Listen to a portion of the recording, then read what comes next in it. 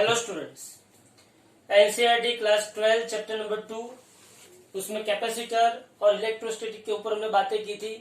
उसके अंदर हम लोगों ने 1 to 10 एक्सरसाइज के सम कर दिए थे। 11 12 का एक अलग से वीडियो रखा था। आज मैं 13 एंड 14 करवाने जा रहा हूँ।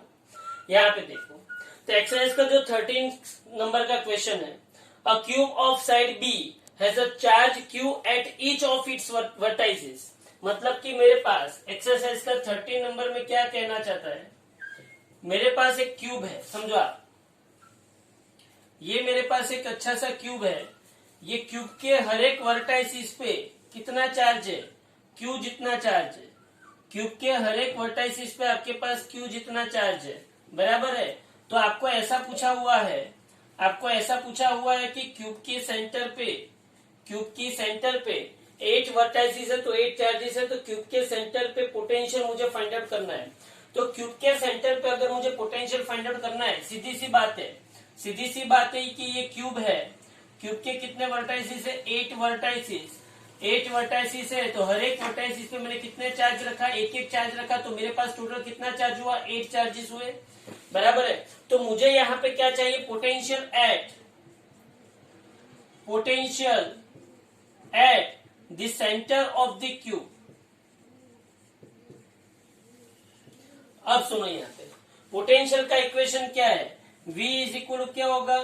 के क्यू बाई आर। पोटेंशियल का इक्वेशन क्या होगा? V इज इक्वल के क्यू बाई आर। अब यहाँ पे ध्यान से देखो कि मेरे पास एक चार्ज होगा। एक चार्ज की वजह से पोटेंशियल, सपोज की potential at centre of cube due to one charge. अगर एक चार्ज की वजह से मुझे पोटेंशियल चाहिए तो V डैश इज इक्वल मैं क्या कर सकता हूँ? के क्यू बाई आर। बट यहाँ पे आर क्या होगा? आर मतलब, अब मेन आर है, आर मतलब ये जो वर्टाइस है यहां से ये सेंटर का डिस्टेंस। अब ध्यान से सुनो, आपको ये पता होना चाहिए कि क्यूब जो होता है वो क्यूब के, ये सपोज के क्यूब का फ्रंट सरफेस है, बराबर है। ऐसे उसका बैक सरफेस। सीधी सी बात है कि मेरे पास ये एक रूम है। ये रूम के अंदर इस वर्टाइसिस जो मतलब एक साइड जो है उसका मेजरमेंट कितना है? बी, और इसका भी मेजरमेंट कितना है? बी। ऐसा उन लोगों ने दिया हुआ है। अगर ये बी है और ये बी है तो ये कितना होगा? तो सीधी सी बात है, पागो अप्लाई किया तो ये कितना होगा? √2b। अरे भाई, ये √2b आया। इसका मतलब ये हुआ कि ये मेरे पास जो दीवार है यहाँ पे ये बी हुआ, ये यहाँ पे बी हुआ, तो इसका जो हाइपोटेन्यूज वो कितना हुआ? √2b हुआ। ये √2b हुआ। ओके, बहुत बढ़िया। अब ये जो √2b है और उसके साथ 3D में b ले लो, समझ में आ रहा है? ये √2b और इसके साथ 3D में आपने क्या ले लिया? b। समझ लेना, ये पूरा क्यूब है, ये b। तो इसका ये यहाँ पे कितना आएगा? √2b आएगा। ये जो है वो √2b आएगा। ये √2b और ये कितना हुआ? b। ये √2b, ध्यान से देखना, ये √2b आया। √2 इंटू बी, यहां से लेके यहां तक का मतलब ये जो फ्रंट सरफेस है इसका √2b आया। फिर यहां से ये कितना हुआ? b। तो ये यहां से b हुआ।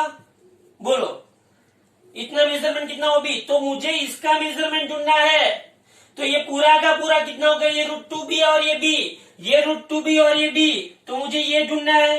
तो ये कितना होगा? तो √2b का स्क्वायर प्लस b का square is equal to √2b का स्क्वायर क्या होगा? 2b square plus b square is equal to 3b square, और मुझे उसका स्क्वायर रूट लेना पड़ेगा।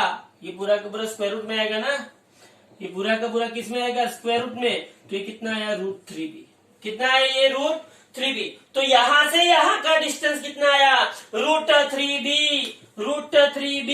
लेकिन मुझे ये पूरा नहीं चाहिए, मुझे तो सेंटर पे जाके रुक जाना है। मतलब मैं यहां से निकला और सेंटर पे आके आपका पूरा का पूरा जो रूम है उसके एक कॉर्नर से मैं निकला, उसके ये कॉर्नर से सामने वाले नीचे कॉर्नर पे मुझे नहीं जाना है। मुझे वहां से सामने वाले नीचे कॉर्नर का मेजरमेंट कितना मिला?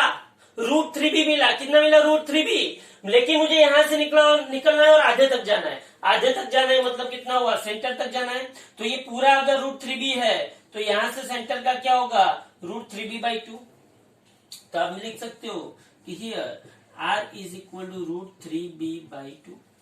क्या होगा, r is equal to √3b/2। तो मैं यहाँ पे क्या लिख सकता हूं, ये एक चार्ज की वजह से, कितने चार्ज की वजह से, एक चार्ज की वजह से पोटेंशियल मिला v dash is equal to KQ √3b/2, √3b/2। तो v dash is equal to 2KQ/√3b। ये एक चार्ज की वजह से पोटेंशियल मिला, एक चार्ज की वजह से। मेरे पास ऐसे कितने चार्ज हैं, 8 चार्ज है, तो potential due to 8 charge, potential due to 8 charge. हाँ, तो total potential v is equal to 8 into V dash, मतलब 8 इंटू 2KQ/√3b, बराबर है।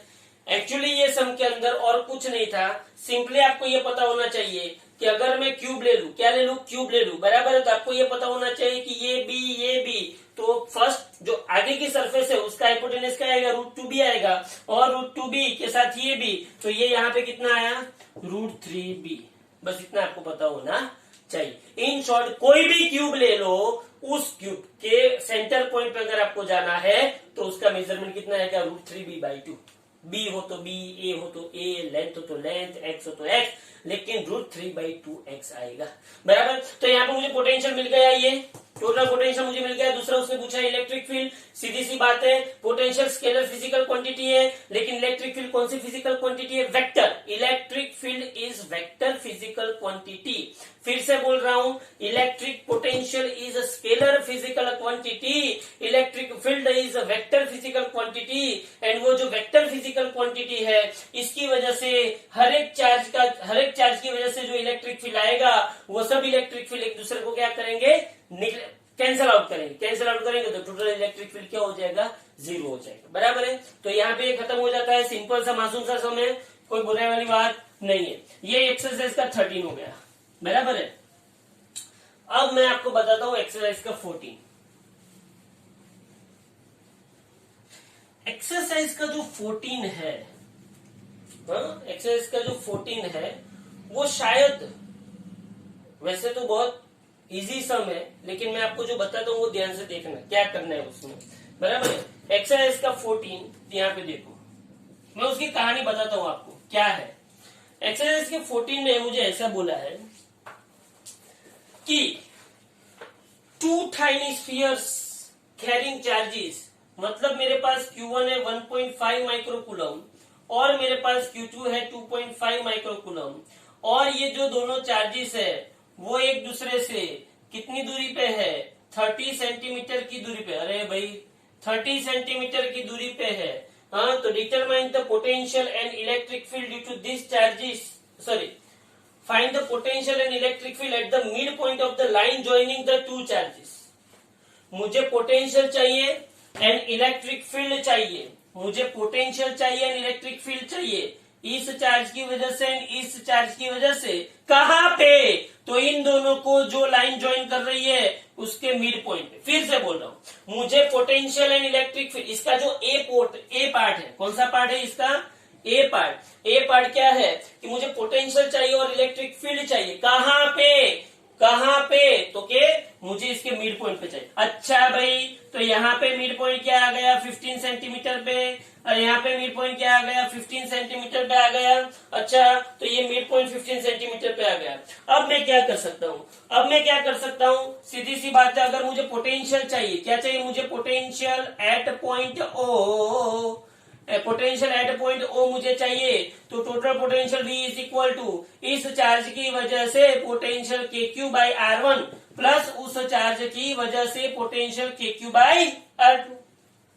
पता चला, potential scalar physical quantity KQ1/R1 plus KQ2/R2। तो यहाँ पे मैं V is equal to K को कॉमन निकालता हूं मैं, और R1 R2 दोनों में सेम है। चलो फिर भी लिखता हूं मैं, Q1 कितना आया, 1.5 इंटू 10⁻⁻⁶, R1 कितना है 15 इंटू 10⁻⁻2 प्लस Q2 कितना आया 2.5 इंटू 10⁻⁶, R2 कितना है 15 इंटू 10⁻⁻2। तो यहाँ पे मुझे V क्या मिलेगा, 9 इंटू 10⁻⁹, 15 इंटू 10⁻⁻2 कॉमन निकला, 10⁻⁶ कॉमन निकला दोनों में से, तो बाकी क्या बचा 1.5 प्लस 2.5। चलो इसका सॉल्यूशन जो आता है वो आपको कर देना है। 9 इंटू 10⁻⁹ 10⁻⁻6 खत्म, 10⁻⁹ 10⁻⁻6 10⁻3 ऊपर गया 10�5, ये 9 इंटू 10⁵ डिवाइडेड बाई 15 और यहाँ पे जो आता है वो कर देना है बराबर। तो पोटेंशियल मिल गया। से याद रखना पोटेंशियल कौन सी फिजिकल क्वांटिटी है, स्केलर फिजिकल क्वांटिटी, इसलिए मुझे यहाँ पे उसके डायरेक्शन की कोई टेंशन नहीं है। अब मुझे क्या पूछा, electric field at point O. चलो भाई electric field at point O मुझे पूछा है। अब मुझे बताओ कि इलेक्ट्रिक फील्ड यहाँ पे स्केलर है कि वेक्टर है। सुन यहाँ पे ये Q1 पॉजिटिव चार्ज है, Q1 पॉजिटिव चार्ज है तो इसका इलेक्ट्रिक फील्ड सपोज कि ये डायरेक्शन में होगा, तो यहाँ पे Q2 भी पॉजिटिव चार्ज है तो उसका इलेक्ट्रिक फील्ड ऑपोजिट डायरेक्शन में होगा। मतलब कि दोनों चार्जेस की वजह से जो इलेक्ट्रिक फील्ड है वो दोनों एक दूसरे के ऑपोजिट डायरेक्शन में है। और अगर ऑपोजिट डायरेक्शन में होते तो पहले मैं E1 ढूंढ लेता हूँ। बोलो E1 क्या आएगा, मुझे बताओ E1 क्या आएगा। E1 क्या आएगा यहाँ पे KQ1/R1² और E2 क्या आएगा यहाँ पे KQ2/R2²। तो आपको नेट इलेक्ट्रिक फील्ड ढूंढना है। क्या ढूंढना है, नेट इलेक्ट्रिक फील्ड। सीधी सी बात है आप समझ। अच्छा मुझे कौन बता सकता है ऐसे ओरली कि ये बड़ा होगा और ये बड़ा होगा। तो देख के दोनों में से R1 R2 दोनों में 15 से बराबर। यहाँ पे Q1 है और यहाँ पे Q2 है। Q1 कितना है 1.5 है, Q2 कितना है 2.5। तो कौन बड़ा हुआ 2.5, मतलब ये E2 बड़ा होगा। E2 बड़ा होगा किससे बड़ा होगा E1 से। तो मैं क्या कर दूंगा E2 minus E1, that's all. समझ में आ रहा है। आपको पता होना चाहिए कि KN/R1², K 9 into 10⁹, R1 15 into 10⁻², R2 15 into 10⁻²। तो K सब में कॉमन है, R1 R2 कॉमन है। तो Q1 एंड Q2 में बड़ा कौन है, Q2 है। तो इलेक्ट्रिक फील्ड किसका बड़ा होगा, E2 का। E2 बड़ा है तो E2 में से मैंने E1 को माइनस किया तो मुझे क्या मिल गया, net electric field E is equal to E2 minus E1 बराबर है। तो ये ए पोर्शन है बराबर है, ए पोर्शन है। तो यहाँ पे देखो, अब यहाँ पे हमने ये एक्सरसाइज के 14 एक्सरसाइज का 14 जो उसका ए पोर्शन कंप्लीट किया। अब एक्सरसाइज के 14 का बी पोर्शन है। बी पोर्शन क्या है, ध्यान से देखो। बी पोर्शन में उसने ऐसा बोला है कि at a point 10 centimetre from this mid point in a plane normal to the line and passing through the mid point. मतलब कि मुझे electric field and electric potential दोनों फाइंड आउट करने, लेकिन कहाँ पे, तो कि वो जो लाइन ज्वाइन कर रहे हैं उसका जो मिड पॉइंट है वहां से 10 सेंटीमीटर परपेंडिकुलर जो पॉइंट आता है वहां पे। इसका मतलब ये हुआ कि ये प्राणी मुझे ऐसा कहना चाहता है कि ये Q1 है और ये क्या है Q2 है। ध्यान से देखना, ये Q1 है और ये क्या है Q2 है। यहाँ पे इन दोनों के बीच का डिस्टेंस कितना है 30 सेंटीमीटर है। ये उसका क्या हो गया, मिड पॉइंट हो गया शायद। ये उसका क्या होगा, मिड पॉइंट हो गया बराबर है। तो यहाँ पे ये डिस्टेंस कितना होगा 15 सेंटीमीटर होगा और यहाँ पे डिस्टेंस कितना होगा 15 सेंटीमीटर होगा। यहाँ से मुझे 10 सेंटीमीटर, कितना सेंटीमीटर 10 सेंटीमीटर अगर ये लाइन में ले लू 10 सेंटीमीटर, ये एक पॉइंट ले लो।